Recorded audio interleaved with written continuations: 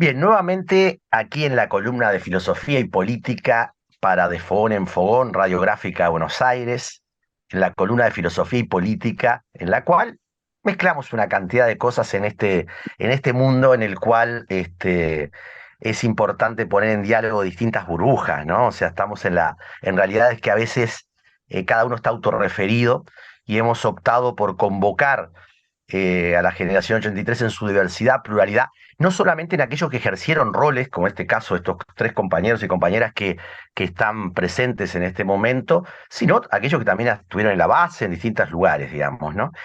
Y digo esto porque el tejido social que constituye la posibilidad de una vivencia que la punta del iceberg tiene que ver con las estabilidades democráticas, institucionales, el diálogo, la tolerancia, el respeto, tiene mucho que ver con una construcción social que es lenta, pero que es altamente necesaria explicitarla. Y por eso, en este tercer bloque, me gustaría que ustedes pudieran eh, compartir en perspectiva, ¿no? Como generación, para poner en diálogo con otras generaciones, no para moralizar, no para decir que fuimos lo mejor, ni que es lo más importante. Simplemente, ¿qué se diría, ¿no? En torno a lo que la generación 83 saca como síntesis y que quiere poner en diálogo con otras generaciones también?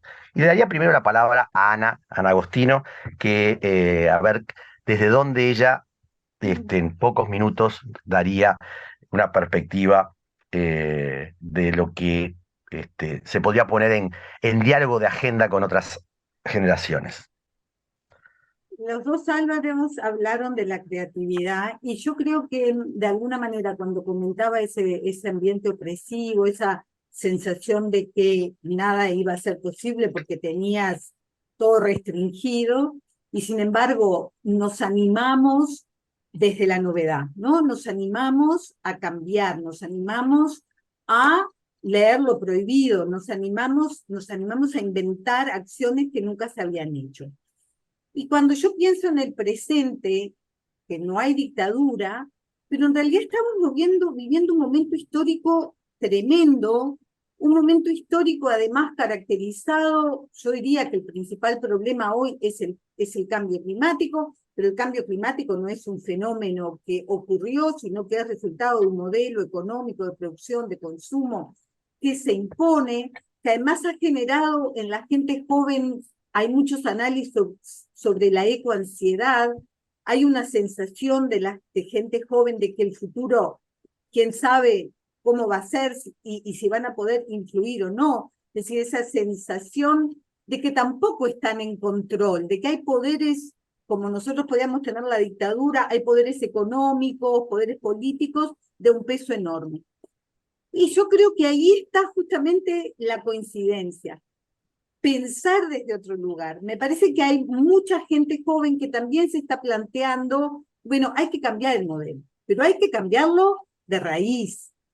Yo creo que esa es de alguna manera la coincidencia. No podemos seguir dando respuestas como las que dimos hasta ahora para los desafíos que tienen que ver con superar la pobreza, que tienen que ver con generar equidad, pero eso se dan en el marco de una situación global que exige pensar cómo habitamos este planeta de otro modo.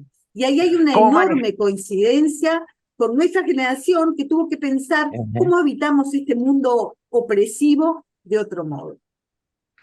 Y decir, ¿cómo ante la incertidumbre del siglo XXI, ¿no? Y del mundo que estamos viviendo, podemos encontrar puntos en común de esto de construir, ¿no? Apropiarnos para que las cosas sean distintas, ¿no? Y sobre todo esto de soñar que es posible lo distinto, ¿no? Y que creo que nuestra generación No lo solo planteó y ver cómo lo posible, están. Nelson, yo te diría, siguiendo los modelos que hemos Sí, aplicado sí. hasta ahora, esa sensación que tienen muchos y muchas jóvenes, que no hay futuro digno por delante, obliga necesariamente a decir, bueno, ¿qué imaginario tenemos en cuanto a cómo habitamos y cómo nos relacionamos hoy para Un lindo garantizar desafío que para esa poner vida en sea diálogo con las posible? demás generaciones, ¿no? ¿Qué sueños nos motivan y los podemos compartir? Álvaro García, vos que es letrista y murguista, digamos, más allá que estás, esa otra etapa, pero hablando de la esperanza, de abrir perspectiva, ¿qué es lo que vos dirías para poner en agenda de diálogo con otras generaciones, mirando desde la generación 83?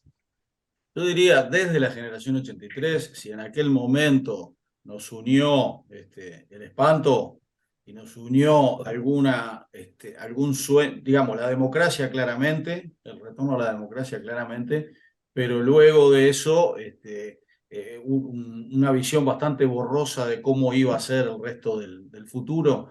Yo diría que deberíamos, o me gustaría, que desde la generación 83 aplicáramos esa experiencia para soñar un futuro diferente. O sea, que no nos uniera el espanto, sino nos uniera el futuro, que nos una al futuro. En la línea de lo que decía Ana, ¿verdad?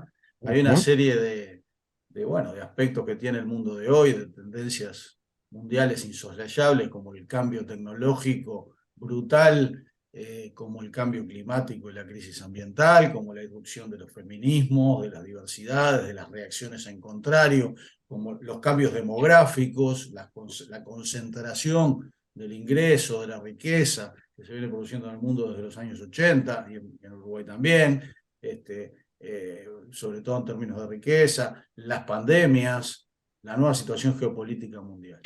Este, yo creo que hay motivos y hay necesidad, sobre todo, de tener una mirada común del futuro. Y es posible construirlo.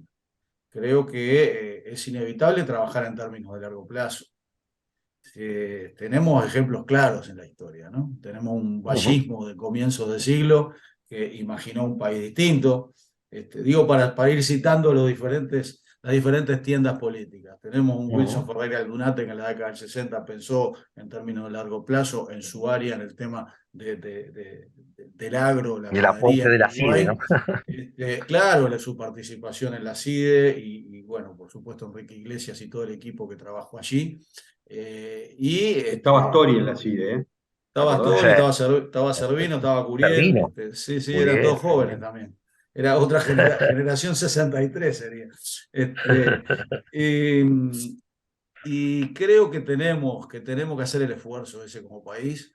Pese a la incertidumbre que tiene el mundo, es necesario tener un rumbo, mirar a largo plazo y Muy ponernos de interesante. acuerdo. Ujú. Pongo un ejemplo nomás y ya te No, paso, no, sí, sí. Nelson. El ejemplo de las rectas paralelas, ¿no? La definición Ajá, de las paralelas que son las que se unen en el en el infinito, son dos infinito. rectas que se unen en el infinito. Bueno, poniendo la mirada más lejos, creo que tenemos más posibilidades de acordar lineamientos de largo plazo y achicar esas visiones cortoplacistas e inmediatistas que nos alimentan la grieta, ¿verdad? Entonces, Ujú. ese creo que es la reflexión que yo haría desde esta generación 83 hacia el futuro. Muy bueno. Aprovecho a comentar, porque hablas del futuro, Álvaro, ¿no? Ahora, a fin de mes, en el Parlamento va a estar la segunda cumbre mundial de comisiones del futuro, que me invitó el diputado Goñi y la senadora Nane, porque yo estoy en diálogo por el tema de inteligencia artificial y democracia con el filósofo español vasco, Daniel Inariti, y justamente, ¿no? Cómo mirar el futuro de distintos lugares, ¿no? Y creo que vale la pena tomar en cuenta esos procesos. Para ir cerrando entonces este ciclo de primera instancia, y ya los convoco a otras para poder hacer, eh, Álvaro, Lorenzo, ¿vos qué dirías como perspectiva? ¿Qué pondrías Bueno, sobre la mesa? impresionante tanta cosa, mirá.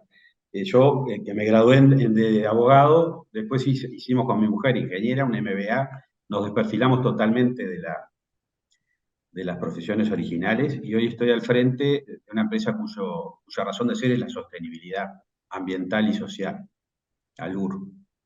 Ujú. Por un proceso no político, pero bueno, yo tengo la camiseta puesta.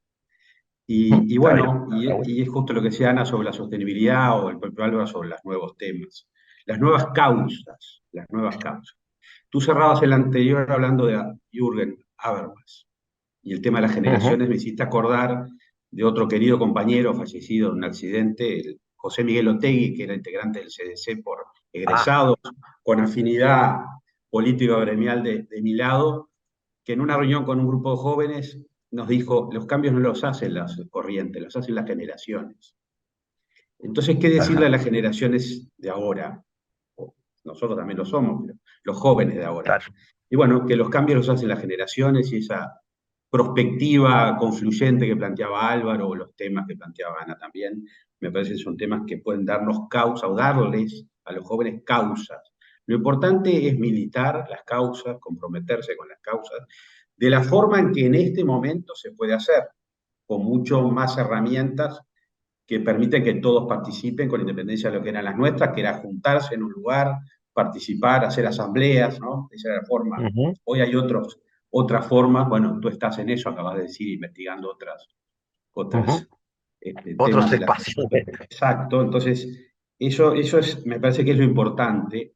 Y bueno, y con independencia de esas causas hay un tema que es muy, muy, muy relevante para la generación del 83, que es la libertad. Todos estuvimos juntos en la lucha por la libertad. Y como se han hecho referencias a líderes políticos, que a mí me inspiró en lo político, en la militancia gremial, que es Wilson Ferreira, decía que la libertad nunca está definitivamente conquistada. Y por la libertad se lucha todos los días. Y bueno, y por lo tanto la lucha comienza hoy. Decía eso, y bueno, creo que eso es parte de lo que tenemos que... Hay cosas por las que se lucha permanentemente, hay causas nuevas, nuevos desafíos. Yo creo que lo que hay que transmitir es que cada uno debe encontrar el lugar en el cual militar, en el cual comprometerse desde su propia realidad personal con causas comunes. Ese es el legado o lo que podemos transmitir que podría la generación de esta del 83 transmitir a los nuevos jóvenes de esta generación actual. Y buscar espacios en común para esa defensa de la libertad me parece que es muy interesante en el mundo actual, ¿no? Y cómo tenemos la integralidad de la propia libertad, ¿no? Y ser militante me parece muy implica integrarse a un colectivo. A un colectivo, ser parte de un colectivo. No sé si puedo agregar algo bien cortito, Dale. que tiene que ver con los desafíos también epistemológicos que tenemos hoy, que es darle también contenido a esas palabras. Me parece que las nuevas generaciones también, ¿qué significa la libertad? ¿No? ¿Qué significa, cómo generamos conocimiento hoy cuando hay una apertura a la realidad, que el mundo es mucho más diverso de lo que a lo largo de los años de la historia hemos visto, con una mirada muy dominante de Occidente y demás? Y para mí esas son dimensiones que también nosotros en aquel momento que no sabríamos aquello que parecía prohibido, creo que estas nuevas generaciones se están llenando de contenido, incluso hasta cambiando el lenguaje. Y me parece que eso es bien interesante. Otras dimensiones que no se veían, otras dimensiones que no se veían en el 83, ¿no? Y que hoy abren a nuevas maneras de entender. Es un desafío constante, ¿no? De cómo nos convertimos. Ahora, filósofos políticos, Nelson.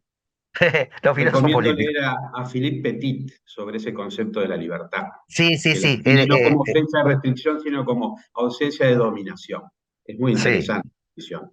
Sí. Yo ahí lo complemento con Amartya Sen y el desarrollo de las capacidades, ¿no? La libertad como ausencia de coacción y como posibilidad de acción, digamos, ¿no? Pero da para charlar y bueno, quedaron temas que me gustaría retomar. En algunos casos los voy a convocar individualmente a mi columna y en otros casos lo vamos a hacer conjuntamente. Y si sale el espacio de diálogo con otras generaciones, desde ya van a estar invitados. Para cerrar, les comento que el 20 de septiembre, en el claustro general de la universidad, yo soy claustrista por Facultad de Derecho, propuse hacer un recordatorio de la generación y vamos a intervenir los claustristas, pero van a abrir dos compañeros de la generación y del colectivo y están convocadas y convocados a las 19 horas, comenzará a 19:30, y el 25 también en el Paraninfo habrá otra actividad en la cual creo difícil que se lleguen las invitaciones individuales, así que lo voy haciendo por la radio. Bueno, muchísimas gracias, un placer que hayan participado. Gracias. Chao. Gracias a Gracias. Chao. Gracias a ustedes. Extraño hechizo surgió nuevo, se hizo aire y tomó vuelo, se hizo canto que es abrazo, que une voz con voz. A través del tiempo vuelve y es su luz que nos envuelve. Llega al barrio y trota calles, subido a un camión. Y en un niño que sueña se encarna hoy. Y en el hombre que espera se hace canción. Es la cara pintada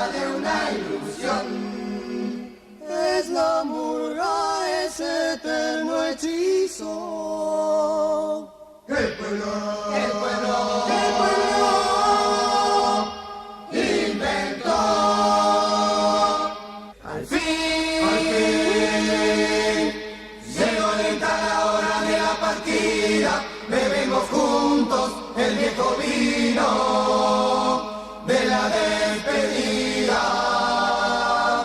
Se cierra el telón. Saber que algo nuestro ha quedado en ustedes, la simple mueca de una sonrisa.